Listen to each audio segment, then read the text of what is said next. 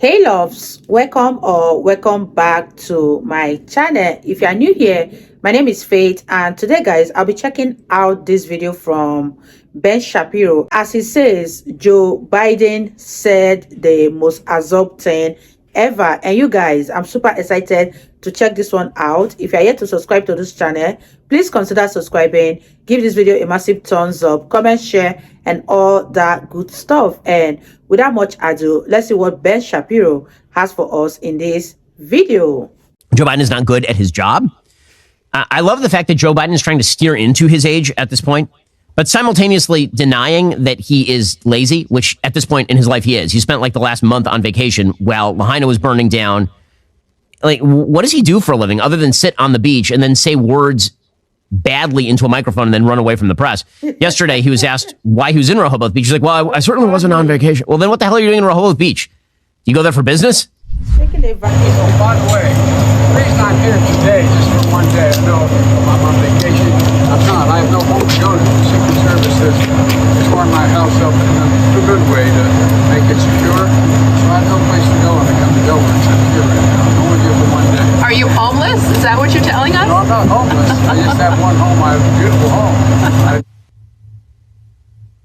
Okay, so my favorite part of this is also, he doesn't just say, it's hard to hear him, but he says he's not on vacation. He's going to Rehoboth Beach because he doesn't have any other place to go.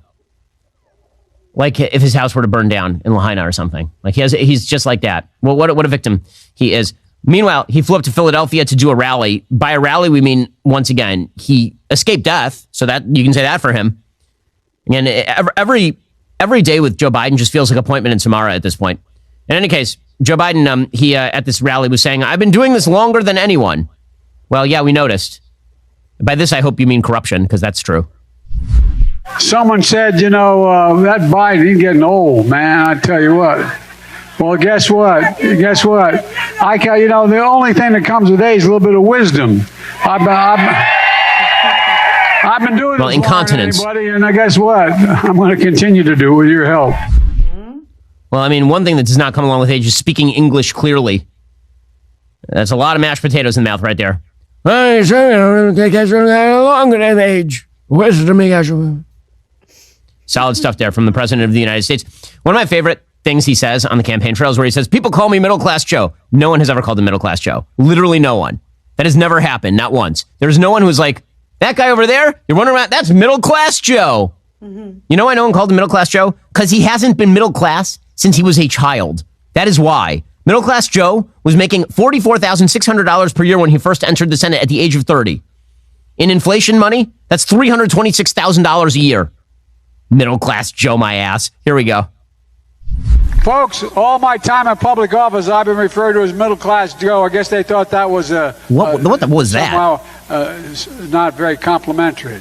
Well, guess what? That's who I am. And doesn't mean you're not sophisticated because you're middle class. It means you work like hell, and you know what your family has to work like hell to be able to make it. Joe Biden is a corrupt Paul. He's been a corrupt politician his entire life. He is not remotely middle class. That dude owns multi-million-dollar properties. He is not middle class. That's absurd. And he's still... Also, by the way, I'm wondering, who in the country looks down on the middle class?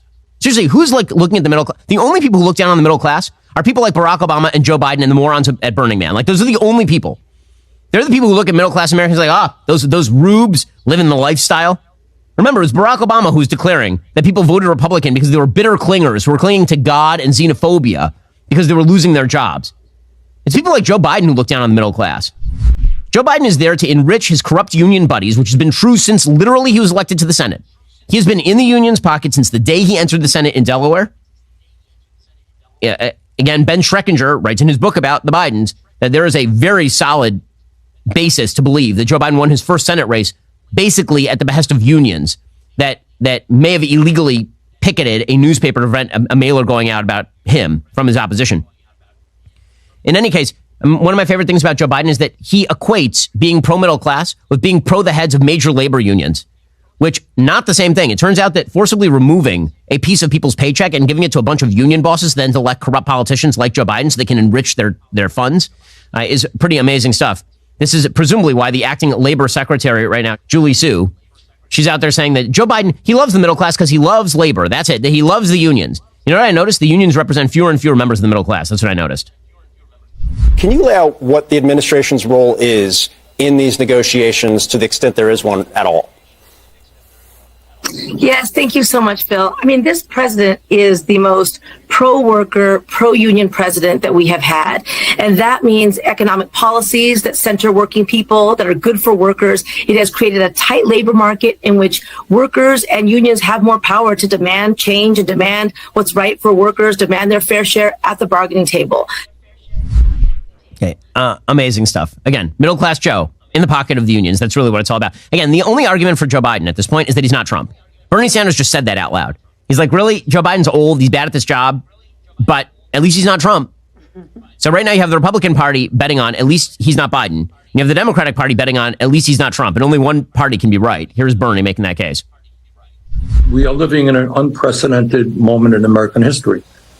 Donald Trump is not only a pathological liar, has not only helped wage an insurrection, if you like, to prevent President Biden from taking office, not only is denying American democracy, moving against American democracy.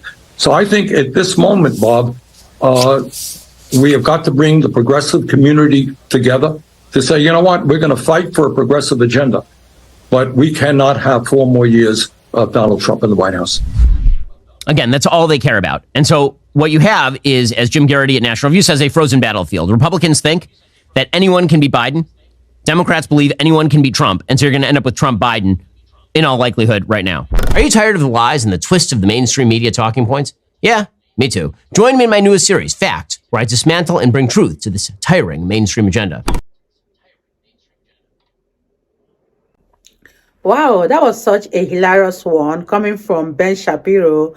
I love to listen to Ben Shapiro roast people here and there because he's so unbiased. And when he said Joe Biden was a victim, it really cracked me up from the inside. Like, how does a president spend all his time on the beach? Is he like ruling America from the beach?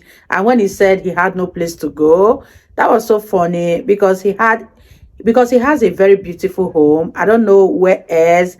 I don't know who he's running from or why he chose to spend his time on the beach. And what baffles me most is that he's rerunning again. Like, this man is old. He should probably go and rest and take the rest of his life lounging on the beach. That is exactly what he wants and not the presidential seat. Let me know your thoughts on this one. I really had fun reacting to this video. If you totally enjoyed watching, give it a massive thumbs up, comment, share, and all that good stuff. And this is me officially signing out. I'll see you guys in the next one. Bye, guys.